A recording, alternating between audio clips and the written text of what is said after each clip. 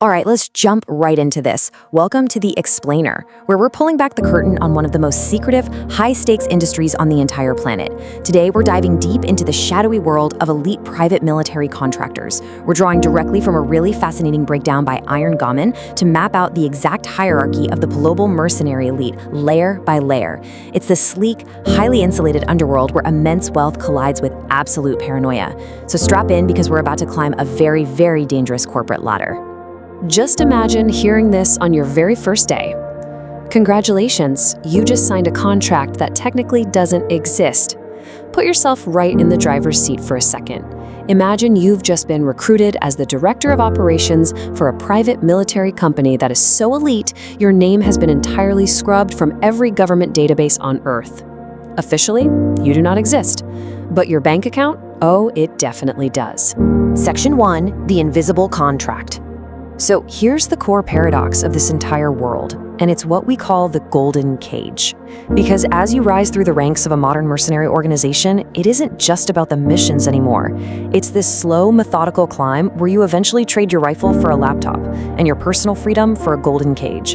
Ultimate wealth and power in this underworld directly equate to ultimate imprisonment. It's crazy. You gain the whole world, but you can literally never leave it. Think about the director's reality for a minute. You have absolutely zero digital footprint. You're living in a penthouse in a city with zero extradition laws. You're pulling a salary that makes Fortune 500 CEOs look underpaid. And you've got a private security detail of 12 elite operators who treat protecting your life with the intensity of guarding a sitting president. But, and here's the crucial chilling point, as you look out from your glass-walled office, you realize the truth. That 12 operator security detail, sure, you're paying for them, but they aren't just there to protect you from the outside world. They are there to make sure you never ever leave the company. Moving on to Section 2, grunts and specialists. So we start at the bottom. This is level 1, the frontier guard. At this stage, your boots are worn right through. You're grinding out grueling 14-hour days, standing in the literal dust of a resource extraction site that doesn't even show up on a public map. You are, quite literally, furniture to the corporation. You take on all the physical risk for just a tiny fraction of the reward, protecting assets you aren't even allowed to ask questions about. Out here, your survival entirely depends on keeping your mouth shut and proving your discipline by spotting a physical tell in a local militia before anyone else does. But hey, if you survive level 1, you graduate to level 2, the security specialist. You finally get to trade that dusty outpost for a shiny suit, a digital mask, and real, serious money. We're talking up to $2,000 a single day. You join these ultra high-stakes protection details for the world's trillionaires and supreme bosses. But of course, a massive pay bump like that comes with a massive catch. And that catch is known as the tax. See, at level 2, every single week, you are required to kick up a portion of your bonus to the senior coordinator who brought you into the fold. It is completely non-negotiable. If you try to hold back, if you try to hide even what looks like a tiny rounding error in that cash, you are stealing from the family. And trust me, in this business, thieves always get punished. Which brings us to Section 3, Shadow Logistics and Strategy. Welcome to Level 3. You are now the logistics magician.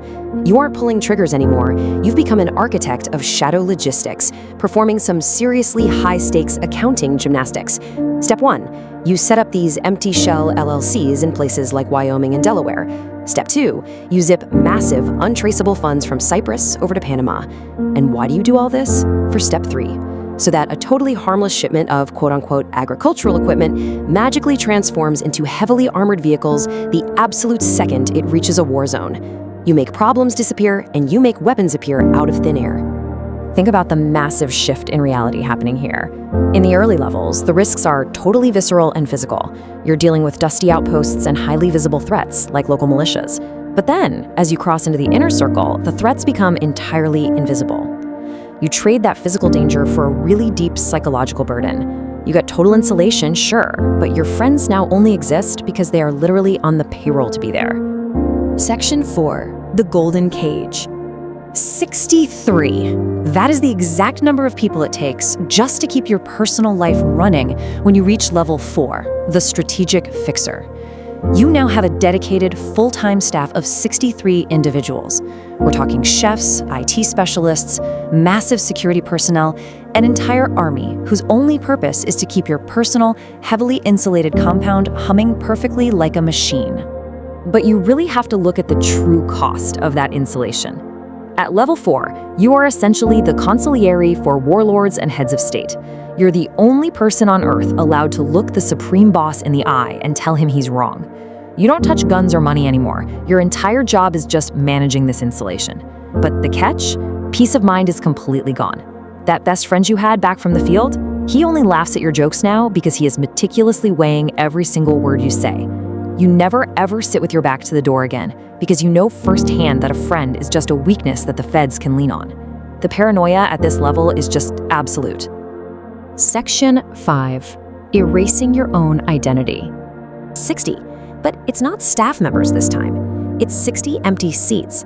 By the time you hit level 5, you are basically a god in the underworld of private warfare, but the isolation is just profound.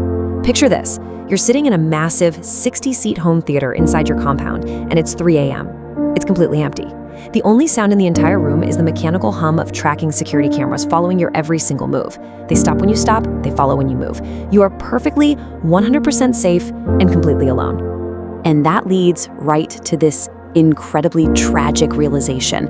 You have spent your entire career building these perfect lives and disappearing acts for other people, only to realize you've successfully erased your own identity in the process. Because you know exactly where every single digital body is buried, and you know the intimate details of every illegal contract, you have become the very, very expensive loose end. You are the ultimate liability to the exact same machine that you helped build. So, looking across this whole timeline, we can see how this builds into this wild, inverted hero's journey. You start in days, standing in the dust, taking all the physical risks. Then it becomes weeks, moving to high-value details and kicking up bonuses. Months are spent as a logistics magician, zipping funds all over the globe. Then years are spent heavily insulating your compound as a strategic fixer. And finally, the lifetime sentence. You are trapped as a prisoner in your own kingdom as a supreme director. The higher you climb, the less space you actually have to move. As the source material from Iron Gammon so brilliantly points out, the ultimate takeaway here is the complete illusion of free will.